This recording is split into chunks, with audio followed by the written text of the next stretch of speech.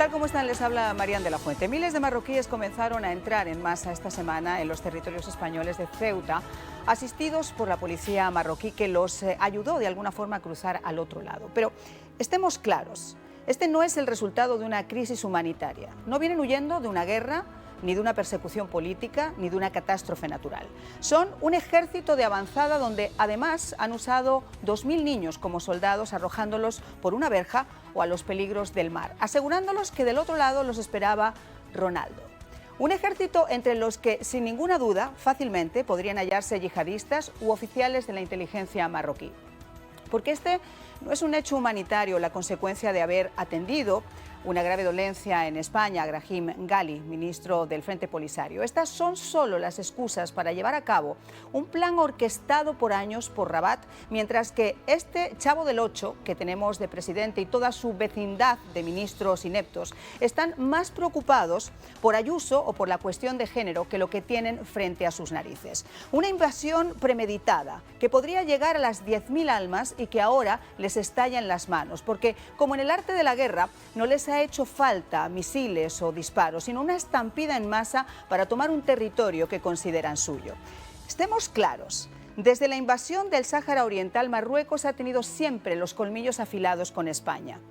No solo presionando para que se le reconozca su soberanía, sino tratando de buscar la oportunidad para recuperar su añorado Al-Ándalus. Y a ser posible, después de tomar la península, que ya además cuenta con barrios donde ondean las fotos del rey de Marruecos, seguir su avanzada por Europa, que ve aterrada lo que el soldado en las playas de Normandía, en plena invasión, tuvo que gritarle a su superior, que estaba acomodado en un cuartel: «¡Es la invasión, idiota!». A lo que el jefe le preguntó: «¿Ah, sí? ¿Y hacia dónde? ¿Hacia dónde van?». «Hacia mi nariz». Bueno, pues a pesar de tenerlo en su larga nariz, Pinocho Sánchez sigue tratando de acomodar los números y las futuras naturalizaciones convertidas en votos. El golpista catalán Puigdemont defiende la invasión, el excoletas y su corte de resentidos aplauden como focas el ataque a España, y los esbirros de la desinformación que responden a sus subvenciones repiten como papagayos las consignas y órdenes dictadas desde Moncloa. Porque hace falta bemoles imponer con su fraseología gastada que hablar de invasiones es ser racista. Lo que hace falta es ser idiota, acomodando titulares sin exigir ninguna mano dura que nuestro país necesita para frenar a Marruecos antes de que sea demasiado tarde. Quizá hace falta verlo desde la otra orilla, o quizá simplemente tienes que amar a tu patria. Así comienza El Espejo. Una situación realmente terrible por la que atraviesa España, y el contexto en el que además esto está ocurriendo preocupa todavía más. Pero si hay una persona que sabe de esto y a la que me siento honrada de que esté en el programa con nosotros en el día de hoy, es César Vidal, abogado, periodista, teólogo, filósofo, escritor, conferencista, autor de múltiples libros. Muchísimas gracias por estar con nosotros. No, un placer estar aquí. Tengo que felicitarte por la introducción, porque creo que es la única introducción que he visto en medios en los últimos días que se correspondía con la realidad de lo que está sucediendo. Tú sabes, obviamente has analizado, has estudiado el contexto. Cuando yo estuve viendo también este contexto, tratando de indagar un poco más, y cuando uno ve lo que Marruecos ha hecho por años a través de la historia, y sobre todo ve no solamente el tema de Marruecos, sino el tema casi del mundo musulmán, de recuperar de alguna manera el Al-Ándalus, que by the way es casi toda la parte del territorio español, para seguir después su avanzada en Europa, preocupa que no se den cuenta. ¿No se dan cuenta o no se quieren dar cuenta? Yo creo que nunca se han querido dar cuenta, es decir, la gente que tiene más o menos mi edad recuerda de su juventud lo que fue la Marcha Verde de Marruecos para invadir el Sáhara. El Sáhara era una antigua colonia española, y cuando España iba a retirarse del Sáhara, Marruecos dice que se va a quedar con el Sáhara.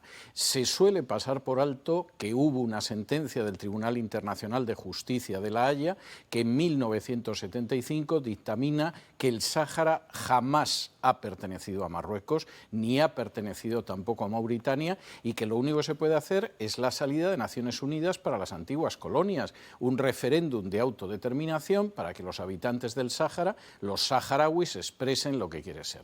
Por supuesto, Hassan II, que es el rey de Marruecos, no tiene la menor intención de obedecer esta sentencia del Tribunal Internacional de Justicia de La Haya e invade el Sáhara. Y en esos momentos, España, que está viviendo los últimos días del general Franco, decide que cede ante Marruecos Marruecos, fundamentalmente porque además había un problema sucesorio, es decir, ¿qué va a pasar con España cuando se muera Franco? La transmisión de poderes al entonces príncipe Juan Carlos va a ser sin sobresaltos o vamos a tener problemas. Y España decide ceder no la soberanía, pero sí la administración del Sáhara a Marruecos. La entrada de Marruecos en el Sáhara fue una entrada cuajada de violaciones horribles de derechos humanos. Marruecos bombardeó a poblaciones civiles, sobre todo mujeres, niños, ancianos, con napalm, con fósforo blanco, y ahí empieza el gran drama de los saharauis, que no se han rendido desde el año 75, que Marruecos no ha conseguido terminar de someter y que en última instancia pues aspira a que en algún momento la comunidad internacional acepte eso. Esa situación, que es una situación grave, experimenta un punto de inflexión cuando Marruecos, cuya política exterior a mí me parece detestable, pero a la que tengo que reconocer mucha sagacidad y mucha inteligencia, consigue llegar a un acuerdo con el presidente Trump, en virtud del cual yo reconozco al Estado de Israel, dentro de toda esta política de Trump, de intentar que las distintas naciones islámicas acepten al Estado de Israel, y a cambio tú me reconoces la soberanía del Sáhara. La gran esperanza de Marruecos es que después de la Casa Blanca vinieran todas las naciones. Pero pasó exactamente igual que con el traslado de la embajada americana de Tel Aviv a Jerusalén. Lo hizo Estados Unidos y algún país de Centroamérica y nadie más, porque ahí existe un contencioso de carácter que afecta al derecho internacional. Con el Sáhara pasó igual. A las pocas horas del reconocimiento de la soberanía de Marruecos sobre el Sáhara por parte de la Casa Blanca, Alemania se levanta en el Consejo de Seguridad de Naciones Unidas y dice: esto es contrario a la legalidad internacional, no lo vamos a reconocer, no lo reconoce la Unión Europea y, lo que es más grave, no lo reconoce España. Y es muy grave en el caso de España porque España fue la potencia colonial y es la que podría decir efectivamente la cesión de soberanía se le hace a Marruecos. De modo que ese es el primer problema. Pero hay otro problema añadido que la gente no se está parando en él y es un problema económico. Si Marruecos no consigue que efectivamente se reconozca la soberanía marroquí sobre el Sáhara Occidental, todos los contratos que tiene con la Unión Europea donde se habla del Sáhara se ven anulados. Y estamos hablando de miles de millones de euros. Y de hecho, ahora mismo el Tribunal de Justicia de la Unión Europea tiene que decidir sobre alguno de estos contratos. Con lo cual, el golpe ya no solo es el prestigio, el dominio de Marruecos sobre el Sáhara, sino el coste económico. Entonces, ¿qué hacemos? Vamos a presionar a España. Yo tengo que decir que antes de llegar a esta invasión ha habido avisos previos. Sí. En un momento determinado, Marruecos hace un trazado de sus aguas territoriales y se queda con las aguas territoriales de Canarias. Y nadie dice nada en España. No, eso fue antes. El conflicto de Perejil fue en la época de Aznar. Esto ha sido hace apenas unos meses. Porque Aznar lo solucionó rápido. Aznar es el único que se ha opuesto a Marruecos desde el año 1975 hasta ahora en el caso de Perejil. Y algunos se preguntan si eso no costó muy caro. Después de esto, Marruecos inmediatamente amenaza con que se suspende la colaboración de inteligencia para combatir a terroristas islámicos. Es decir, nosotros no vamos a parar a nadie en la frontera. Si les llegan a ustedes terroristas islámicos y les pones bombas en España, la culpa es de ustedes. Y de hecho, esta misma semana el CNI, el Centro Nacional de Inteligencia, que sería el equivalente a la CIA aquí en Estados Unidos, advirtió de que era muy posible que hubiera atentados terroristas en España de corte islámico por lobos solitarios. Es decir, la situación se caldea. Cuando en un momento determinado Brahim Ghali llega a España para tratarse de una enfermedad, bueno, pues Marruecos tiene otra excusa más. Están ustedes acogiendo al ministro de Defensa del Polisario y, por lo tanto, esto es un insulto y lo vamos a responder. ¿Hasta qué punto esto es falso? Se ve en dos cuestiones. Primero, Ghali había estado antes en España. Brahim Ghali, no, y además Brahim Ghali lo recibió Hassan II. Hay un encuentro de Hassan II. El problema es que hace apenas unos años, y la sentencia tenía que salir en estos días, el Frente Saharaui presentó, el Polisario, el Frente del Partido de Liberación del Sáhara, presentó una querella en la Audiencia Nacional en España contra altos funcionarios de Marruecos por crímenes contra la humanidad. Y la Audiencia Nacional Española, esto se puede discutir o no, se declaró competente para decidir en este asunto. Nos vamos a ir a una pausa, porque hablar con César es una maravilla. Uno aprende muchísimo. En solo unos instantes estamos de regreso aquí en El Espejo. Pues obviamente ha habido opiniones para todos los gustos, pero esta mañana estuvo en Ceuta el líder del partido en Vox en España, Santiago Abascal. Vamos a escuchar qué fue exactamente lo que dijo.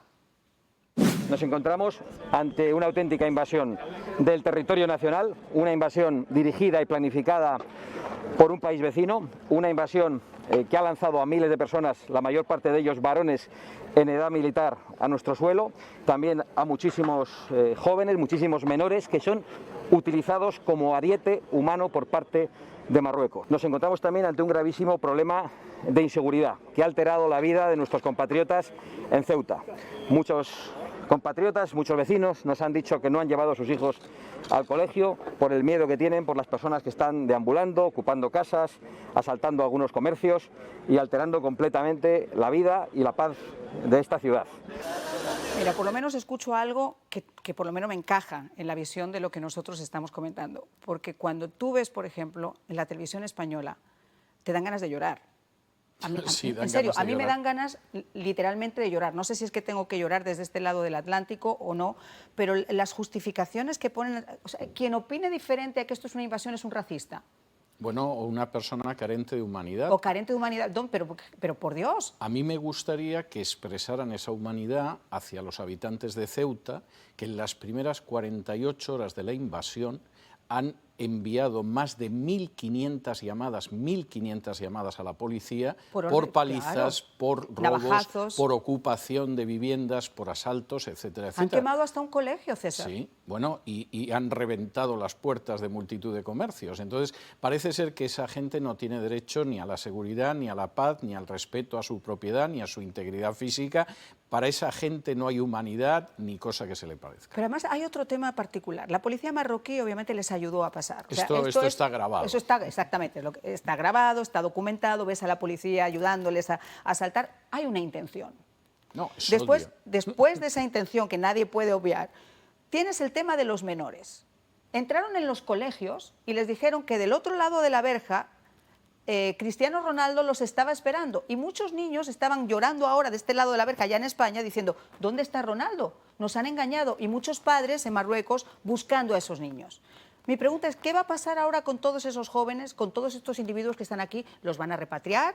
¿Los van a naturalizar? ¿Piensan tener votos para las próximas elecciones? ¿Cómo es esto? ¿Cómo funciona esto? Bueno, teóricamente tendrían que devolverlos a sus padres, pero yo mucho me temo que el gobierno socialcomunista español intentará traerse también a los padres. Porque ayer, y esto no es casual, presentaba la Agenda 2050 Pedro Sánchez y nos informaba de que vamos a tener 250.000 de inmigrantes en España de aquí al año 2050. No, esto es para echarse a llorar. O sea, esto es aterrador, porque dices, bueno, o sea, usted no va a ayudar a las familias españolas para que tengan hijos, no les va a bajar los impuestos para que puedan sobrevivir, no les va a hacer la vida fácil, no va a dar becas de estudios, pero cada año se va a traer 250.000 de africanos tan anormales que les van a quitar las subvenciones a muchos colegios y se van a meter con los colegios católicos para poner mezquitas. Y las mezquitas las vamos a estar pagando nosotros de nuestros bolsillos. Bueno, esto ha llegado a tal extremo en el caso de España que durante toda la crisis del coronavirus ha habido actos públicos que no se han podido celebrar, salvo el Ramadán. Es decir, yo comprendo que dijeran, bueno, por la Semana Santa de Sevilla no puede usted salir en procesión porque hay coronavirus. Bueno, lo puedo entender. Pero no veo por qué no pueden darse ciertas celebraciones en España y, sin embargo, el final del Ramadán forzosamente sí se podía dar en público. O sea, ¿qué pasa? Los musulmanes no transmiten el coronavirus, están absolutamente inmunizados contra el coronavirus y la población católica es todo lo contrario. O sea, es algo absolutamente disparatado. Pero, sobre todo, pensemos en el caso de España. España tiene un crecimiento negativo. Si va a recibir como mínimo ¿De dónde van a un salir esas cuarto de ayudas millón. sociales? Bueno, pues esas ayudas sociales las va a pagar la golpeadísima clase media en España, que está en un proceso de empobrecimiento galopante. Esa es la tristísima realidad. Vamos a ver, uno de los puntos que más se discutió en la campaña electoral de Madrid y que al final el juez se negó a que se retirara de los anuncios porque era verdad, es que un MENA, un menor no acompañado que viene de Marruecos, se está llevando al mes entre 3 y 4.000 euros, es decir, entre 5 y 6.000 dólares por parte de las administraciones españolas. Y por el contrario, una anciana está cobrando una pensión que puede andar en torno a los 500, 600 euros. Bueno, ¿cuál es la razón de que tú recibas a un inmigrante ilegal y le des hasta 5 o 6 veces más de lo que cobra una persona retirada en España? No, y no solamente eso, ¿cuántas personas hay? Y yo lo pongo así, mi propia hermana que tiene que salir a trabajar todos los santos días y si quiere llevar a su hijo al colegio, tiene que pagar un colegio privado porque los colegios públicos están total y absolutamente ocupados. Y esto no es ser racista, César, es llamar a las cosas por su nombre. Una sociedad, cuando está bien, cuando está potente, puede recibir a toda la gente que quiera, pero cuando una sociedad, como tú acabas de decir, está pasando por una pospandemia, con lo que eso ha supuesto para las familias y la clase media española, no se puede ver con otros ojos. Lo que a mí me asusta son todos estos gusanos que son asalariados de Moncloa, que te tratan de pintar la realidad de otra manera. Y como te digo, si tú lo ves diferente, entonces el racista eres tú. Y tú lo estás viendo de otra manera porque el racista eres tú y no tienes humanidad. No, esto es llamar a las cosas por su nombre. ¿Qué va a pasar con toda esta gente, César? Bueno, toda esta gente, ¿te refieres a los invasores? Sí. Yo creo que la mayoría se van a quedar y esto resulta tan obvio que, por ejemplo, Vox ya ha anunciado en el caso del Parlamento andaluz que retira su apoyo al gobierno del Partido Popular y de Ciudadanos si no devuelven a la gente. Y como el Partido Popular y Ciudadanos han dicho que no devuelven a la gente que ha llegado ilegalmente en la invasión, pues Vox les ha retirado el apoyo hace unas horas, lo cual es tremendo. Pero te voy a dar otro paso más, porque claro, aquí lamentablemente este no es un problema solo del Partido Socialista, que ya sería muy grave. Es que hace apenas unos días Pablo Casado, dirigente máximo del Partido Popular, se reunía con 2 de los representantes de los partidos marroquíes más importantes que tienen en su programa la invasión de Canarias, de Ceuta, de Melilla y el salto al otro lado del estrecho, Andalucía. Y uno dice, pero bueno, Casado exactamente qué iba a hablar con esta gente, los plazos que va a tener para cederles la parte de territorio que no ceda el Partido Socialista. Claro, es una situación de extraordinaria gravedad, pero además porque la economía española es una economía muy deprimida. En términos reales, el país está quebrado. Exacto. No quiebra porque hay un bombeo todavía de miles de millones de euros del Banco Central Europeo, pero el país está quebrado.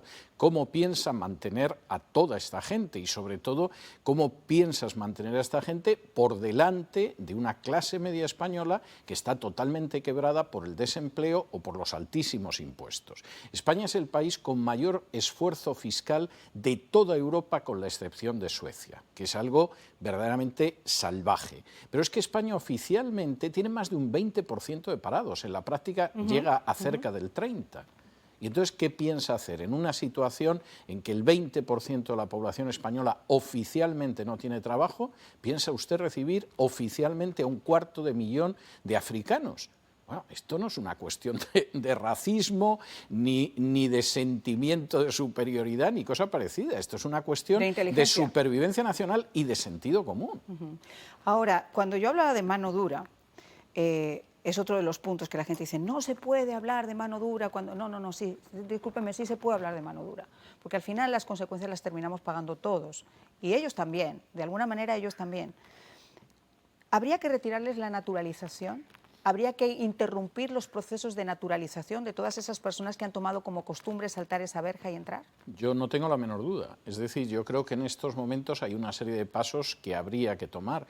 El primer paso que habría que tomar es tener unas fronteras seguras que desgraciadamente no existen, porque si hay una ley histórica absolutamente inexorable que se ha cumplido de manera matemática a lo largo de los siglos, es que un país que no controla sus fronteras es un país condenado a desaparecer.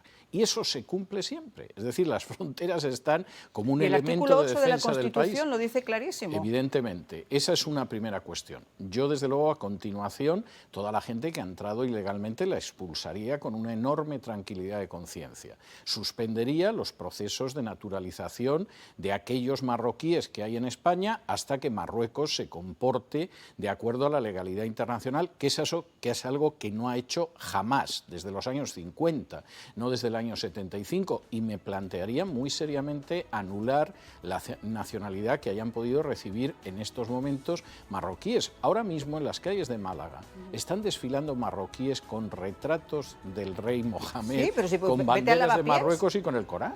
Bueno, vamos a ir a una nueva pausa, regresamos enseguida con este ratito que queda y el gran César Vidal. En este breve espacio, como siempre, yo quiero cederle la palabra a mi invitado. ¿Qué nos espera? ¿Qué se puede hacer, César? Bueno, yo creo que hay una situación en estos momentos que no solamente se produce en España, sino en otros países, y es el hecho de que no se puede tolerar que se quebrante la legalidad. Y que además cada nación, pero España, Estados Unidos, Turquía o Kenia, tiene derecho a defender sus fronteras. Por supuesto. Y en el momento en el que un país no defiende sus fronteras y ese país no es el que decide cómo entra gente extranjera en ese país, como inmigrantes, como turistas, como viajeros, ese país ha perdido su soberanía y con su soberanía acabará perdiendo su libertad y su independencia.